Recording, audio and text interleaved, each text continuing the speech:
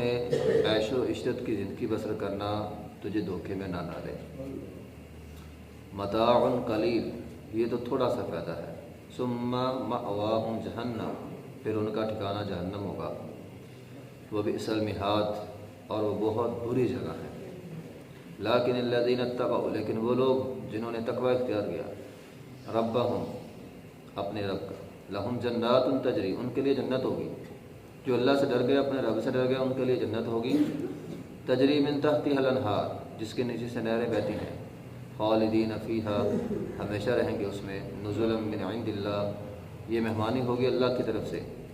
وما عند اللہ خیر للابرار، اور جو اللہ کے پاس ہے وہ بہت بہتر ہے نیک لوگوں کے لیے۔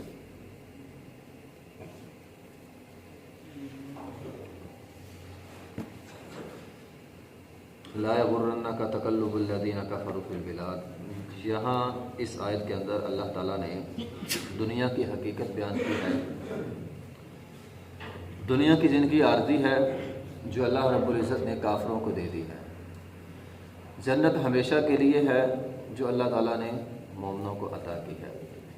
انسان نادان ہے، انسان کمزور ہے، انسان بعض اوقات دنیا کے ظاہری عیش و عشرت کو دیکھ کر، دنیا کی ظاہری عیش و عشرت پر فدا ہو کر سارے دن کی محنت دنیا کمانے میں لگا دیتا ہے، اور پھر اپنا اصل مقصد جو ہے اس کو بھول جاتا ہے۔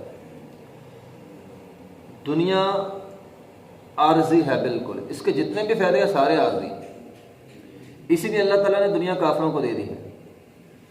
اللہ رب العزت اس آیت میں فرماتے ہیں لا یغرنک تقلب الذین کفروا، یہ جو دنیا ہم نے کافروں کو دی ہے نا، یہ تجھے دھوکے میں نہ ڈالے، دھوکے میں نہیں پڑنا۔ ہمارے پاس کیوں نہیں؟ دھوکہ یہ ہے کہ مسلمان یہ سمجھتے ہیں یہ دنیا ہمارے پاس کیوں نہیں۔ کافر آج بھی آپ دیکھ لیں، مغربی ممالک بڑی عیش و عشرت کے ساتھ زندگی بسر کرتے ہیں، بڑی ٹھاٹ باٹ ہے ان کی، دنیا کی ساری سہولتیں ان کے پاس ہیں۔ ہم یہاں مثالیں دیتے ہیں کہ وہ جناب بڑی اچھی زندگی بسر کر رہے ہیں، ہمارے پاس کیا ہے؟ اللہ رب العزت فرماتے ہیں اس چیز کے دھوکے میں پڑنا ہی نہیں ہے۔ آج ہم اس دھوکے میں پڑ گئے ہیں، کافروں کے پاس سارا کچھ ہے، ہمارے پاس کچھ نہیں۔ تو فرمایا جو کافروں کے پاس سب کچھ ہے نا وہ دنیا ہے، اور جو اللہ تمہیں دے گا نا وہ آخرت ہے، وہ جنت ہے۔ حدیث میں ہے نبی علیہ الصلوۃ والسلام نے فرمایا اللہ تعالیٰ نیکی کے معاملے میں مومن کے ساتھ کبھی ناانصافی نہیں کرتا۔ بعض اوقات ذہن میں خیال آتا ہے یار ہم تو مومن ہیں، ہم تو اللہ کو ماننے والے ہیں، ہمیں تو زیادہ ملنا چاہیے۔ جو اللہ کے نافرمان ہیں، اللہ کے مجرم ہیں، ان کو زیادہ ملتا ہے۔ تو نبی علیہ الصلوۃ والسلام نے فرمایا اللہ مومن کے ساتھ نیکی کے معاملے میں کبھی بھی ناانصافی نہیں کرتا۔ مومن نیکی کرتا ہے، اللہ اس کو بدلہ دنیا میں بھی دیتا ہے اور اللہ اس کو بدلہ آخرت میں بھی دے گا۔ اس کے مقابلے میں جب کافر کوئی بھی اچھا کام کرتا ہے، دیکھو کافر بھی بڑے بڑے اچھے کام کرتے ہیں، غلط بھی کرتے ہیں، اچھے بھی کرتے ہیں، رفاع عامہ کے بہت سارے کام کرتے ہیں کافر۔ تو کافر جب کوئی اچھا کام کرتا ہے اللہ اس کو اس کی اچھائی کا سارا بدلہ دنیا میں دے دیتا ہے۔ مومن کو کیا ہوتا ہے؟ کچھ دنیا میں مل گیا، باقی آخرت میں ملے گا۔ کافروں کے لیے آخرت میں کچھ نہیں ہے، آخرت میں جہنم ہے، اللہ تعالیٰ ان کی ساری اچھائی دنیا میں دے دیتا ہے۔ یہی وجہ ہے کہ عبد الرحمن بن عوف رضی اللہ تعالیٰ عنہ جب ان کے سامنے طرح طرح کے کھانے پڑے ہوئے تھے، افطاری کا وقت تھا، تو انہوں نے رونا شروع کر دیا۔ ساتھیوں نے پوچھا آپ رو کیوں رہے؟ آپ کے سامنے تو طرح طرح کے لذیذ کھانے پڑے ہوئے ہیں، آپ رو رہے ہیں؟ کہنے لگا میں رو اس لیے رہا ہوں کہیں ایسا تو نہیں ہے اللہ نے میری نیکیوں کا بدلہ سارا دنیا میں دے دیا ہو۔ عیش تو ان کو ملتی ہے جن کا نیکیوں کا بدلہ دنیا میں ملتا ہے، اچھائی کا بدلہ دنیا میں ملتا ہے، ہمیں تو آخرت میں چاہیے۔ اتنے سارے پھل آگے پڑے ہیں، میں پریشان ہوں، رو رہا ہوں کہ کہیں اللہ نے میری نیکیوں کا بدلہ مجھے دنیا میں تو نہیں دے دیا۔ تو بہرحال جو دنیا اللہ نے کافروں کو دی ہے اس میں دھوکے میں نہیں پڑنا، یہ دنیا بڑی حقیر ہے۔ نبی علیہ الصلوۃ والسلام نے فرمایا اس دنیا کی برکت اللہ تعالیٰ کے ہاں مچھر کے پر کے برابر ہوتی۔ اب مچھر ہمارے ہاں کوئی حیثیت نہیں رکھتا، ہم ہاتھ مار کے اسے مار دیتے ہیں، پھر مچھر کا پر کیا حیثیت ہے اس کی؟ فرمایا اتنی بھی حیثیت اللہ کے ہاں دنیا کی ہوتی اللہ کافروں کو ایک گھونٹ پانی نہ دیتا۔ یہ اللہ تعالیٰ کے ہاں دنیا کی برکت ہی کوئی نہیں۔ یہ جو عیش ہمیں نظر آ رہی ہے نا، کافر بڑے عیش و عشرت میں زندگی بسر کرتے ہیں، اللہ تعالیٰ کے ہاں اس کی کوئی برکت نہیں، کوئی برکت نہیں اللہ تعالیٰ کے ہاں۔ دنیا کا فائدہ قلیل ہے. سورہ لقمان کے اندر اللہ تعالیٰ فرماتے ہیں نمتعہم قلیل، ہم یہ جو فائدہ دے رہے ہیں تھوڑا سا، بالکل تھوڑا. ثم نضطرہم الی عذاب غلیظ، پھر ہم غیر عذاب کی طرف ان کو دھکیل لیں گے. تو یہ تقابل ہے مومن کی زندگی کا اور کافر کی زندگی کا.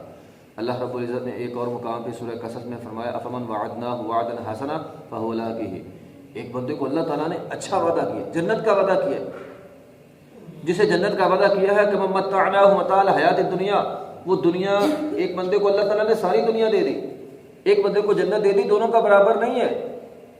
دونوں برابر کیسے ہو سکتے ہیں؟ ایک کے پاس دنیا ہے، ایک کے پاس جنت ہے. تو مومنوں کو اللہ تعالیٰ جنت دے گا، کافروں کو اللہ تعالیٰ نے دنیا دی ہے. مشرکین کے یہود، مشرکین مکہ اور مدینہ کے یہود یہ بات کہتے تھے تمہارے پاس کیا ہے؟ فقیری ہے، گویا تم سے تمہارا رب ناراض ہے. ہمارے پاس دیکھو کتنا کچھ ہے. مشرکین مکہ کہتے تھے ہمارے پاس دنیا کی ساری دولت، ساری سہولتیں ہیں اس وقت کے حساب سے. یہود کے پاس سارا اناج تھا، سارا اناج ان کے پاس تھا. فرماتے تھے ہم تو کھاتے پیتے لوگ ہیں، تم کیا ہو؟ نعوذ باللہ، جس طرح کہتے نہیں ہم بھوکا ننگا، تم تو اس طرح کے لوگ ہو، کنگال ہو سارے. تمہارا رب کیسے صحیح ہو سکتا ہے؟ اگر صحیح ہوتا تو تمہیں دیتا نا. تو یہ وہ اعتراض کرتے تھے. اللہ رب العزت نے اس کا جواب دیا ہے کہ اے مومنوں، مسلمانوں، پریشانی ہونا، دھوکے میں نہیں آنا. یہ دھوکہ دینے کی کوشش کر رہے ہیں، اس دھوکے میں آنا نہیں ہے. انسان کے ذہن میں آ جاتا ہے یار ہمارا رب ہے، ہم سچے بھی ہیں، تو پھر ہمیں اتنی مصیبتیں کیوں ہیں؟ تمہیں اس دھوکے میں نہیں پڑنا. اللہ تعالیٰ نے ان کو دنیا دی ہے. وَلَا يَحْسَبَنَّ الَّذِينَ كَفَرُوا أَنَّمَا نُمْلِي لَهُمْ خَيْرٌ لِأَنفُسِهِمْ، اللہ ان کو مہلت دیتا ہے، اور اس کا مطلب قطعاً یہ نہیں ہے یہ مہلت ان کے لیے بہتر ہے، بلکہ یہ مہلت انما نملی لہم لیزدادوا اثما ولہم عذاب مہین، یہ مہلت ان کو عذاب میں اور زیادہ بڑھا دے گی. متاع قلیل، اگلی آیت میں فرمایا متاع قلیل، یہ تھوڑا سا فائدہ ہے. ثم مأواہم جہنم، پھر اللہ تعالیٰ انہیں جہنم کی طرف لے جائے گا. وبئس المہاد، اور وہ بہت برا ٹھکانہ ہے. نبی علیہ الصلوۃ والسلام ایک دفعہ چٹائی پر سو رہے تھے، آپ کے کندھے پہ چٹائی کے نشان پڑ گئے. عمر بن خطاب رضی اللہ تعالیٰ عنہ آئے، کہا اللہ کے رسول صلی اللہ علیہ وسلم کیسو کسرا کے بادشاہ تو عیش والی زندگی بسر کریں اور آپ چٹائی پہ سوئیں. وہ بھی تو بادشاہ ہیں نا، وہ تو عیش و عشرت میں رہتے ہیں، اور آپ ہمارے بادشاہ ہیں، ہمارے حکمران ہیں، اور آپ کے جسم پہ چٹائی کے نشان ہیں، آپ زمین پہ سو رہے ہیں، مسجد میں سو رہے ہیں. تو ہم آپ کے لیے کوئی اچھا گدا شدہ، کوئی اچھا ماحول بنا دیتے ہیں، آپ کے لیے نرم دہ بستر بنا دیتے ہیں. نبی صلی اللہ علیہ وسلم نے فرمایا کیا تم یہ بات پسند نہیں کرو گے؟ ان کے لیے دنیا ہے، ہمارے لیے آخرت ہے. ان کے لیے دنیا ہے، ہمارے لیے جنت ہے. تو اللہ تعالیٰ نے ہمیں جنت دی، ہمیں اور کیا چاہیے؟ تو متاع قلیل، یہ تھوڑا سا ہے، جو فائدہ نظر آ رہا ہے یہ تھوڑا سا ہے، ہمیشہ کا فائدہ مسلمان کو ملے گا. اگلی آیت میں اللہ تعالیٰ نے وضاحت کیا لیکن الذین اتقوا ربهم لهم جنات تجری، تو کافروں کو دنیا تھوڑی، اور مومنوں کو جو اللہ سے ڈرنے والے ہیں ان کو اللہ تعالیٰ جنت دے گا. ایک طرف جنت ہے، ایک طرف جہنم ہے. ایک طرف جہنم ہے اور دنیا کی عیش ہے، یہ تقابل ہے نا. ایک طرف جہنم ہے اور دنیا کی عیش ہے، دوسری طرف مصیبت ہے اور جنت ہے. دوسری طرف مصیبت ہے دنیا میں، لیکن اس کے مقابلے بعد میں ملے گا کیا؟ جنت. تو وہ مشہور حدیث ہے نا، نبی علیہ الصلوۃ والسلام نے فرمایا اللہ تعالیٰ نے جہنم کے ارد گرد خواہشات کی باڑ لگائی ہوئی ہے. فلاں مل جائے، بندے کو مل جاتا ہے، عیش و عشرت، ساری دنیا کی عیش، اس کی باڑ لگا دی.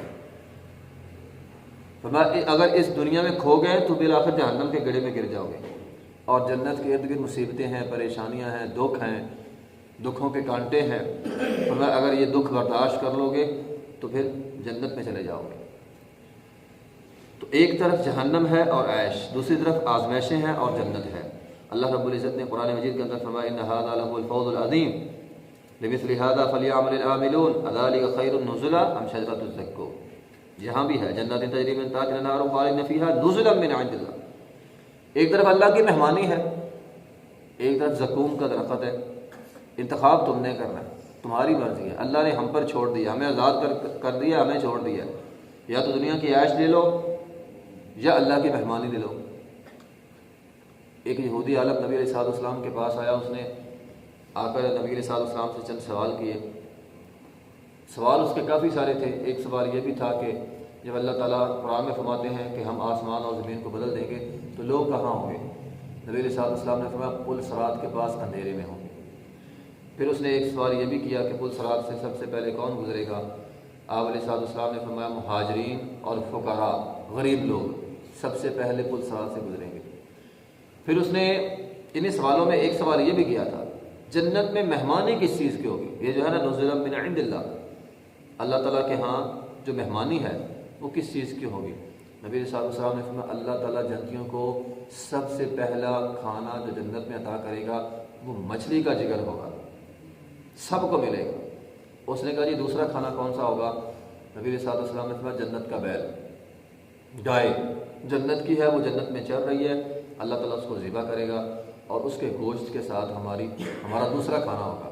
جب اللہ کسی کے ہاں مہمان جائے تو پہلا کھانا دوسرا کھانا اچھے ہوتے ہیں، تو پہلا کھانا اللہ تعالیٰ مچھلی کا جگر کھلائے گا اور دوسرا کھانا بیل، اور اس کے بعد ساری جنت کی نعمتیں ہوں گی۔ تو فرمایا ایک طرف نزلا من عند اللہ ہے، اللہ کی مہمانی ہے، اور دوسری طرف قرآن میں ہے ذالک خیر نزلا، کہ اللہ کی مہمانی بہتر ہے ام شجرۃ الزقوم، یا زقوم کا درخت۔ اب زقوم کا درخت کیا ہے؟ قرآن نے وضاحت کی ہے، اللہ تعالیٰ فرماتے ہیں ان شجرۃ الزقوم طعام الاثیم کالمہل یغلی فی البطون، وہ تو ایسے ہی ہے جیسے گرم تیل ہو اس کے اوپر آپ چھینٹا لگائیں، وہ چھینٹا جہاں پہ پڑتا ہے نا وہاں پہ جل جاتا ہے۔ تو فرمایا وہ تو ایسا ہے، بندہ پیے گا چہرے کا سارا ماس جل کے اس کے اندر گر جائے گا۔ نبی علیہ السلام سے پوچھا کہ اللہ کے رسول زقوم کیا ہے؟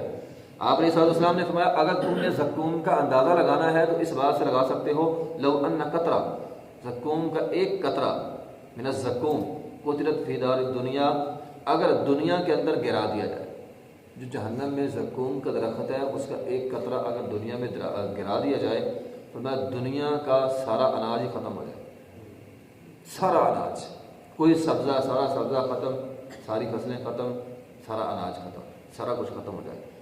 آسان لفظوں میں دنیا کی زندگی ختم ہو جائے گی، ایک قطرہ۔ پھر اگلے الفاظ کیا ہے نبی علیہ السلام؟ نبی علیہ السلام نے فرمایا ان لوگوں کا کیا حال ہوگا جن کا کھانا یہ ہے، جس کا ایک قطرہ دنیا کا سارا اناج ختم کر دے، تو ان لوگوں کا کیا حال ہوگا جن کا کھانا یہ ہوگا۔ اس لیے یہ ہمارے سامنے تقابل ہے، ایک طرف اللہ کی مہمانی ہے، ایک طرف یہ زقوم کا درخت ہے۔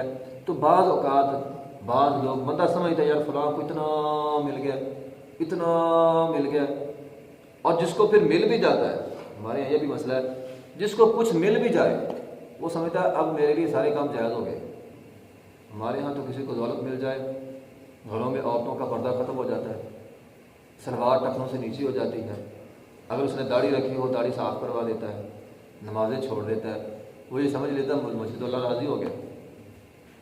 ہم نے کامیابی ہی دولت کو سمجھ لیا، جبکہ کامیابی دولت نہیں ہے، جس کو ملی ہے اس کے لیے بھی آزمائش ہے، وہ کہاں پہ خرچ کرتا ہے، اور جس کو نہیں ملی اس کے لیے بھی آزمائش ہے۔ بہرحال جو ان آزمائشوں پہ صبر کرے گا ان کے لیے فرمایا نزلا من عند اللہ ہے، اللہ کے ہاں مہمانی ہے۔ جو صبر نہیں کرے گا اور دنیا مقصد بنا لے گا، جائز ناجائز طریقے سے حاصل کرنے کی کوشش کرے گا، اس کے لیے پھر زقوم کا درخت ہے۔ وہ آخر دعوانا الحمدللہ۔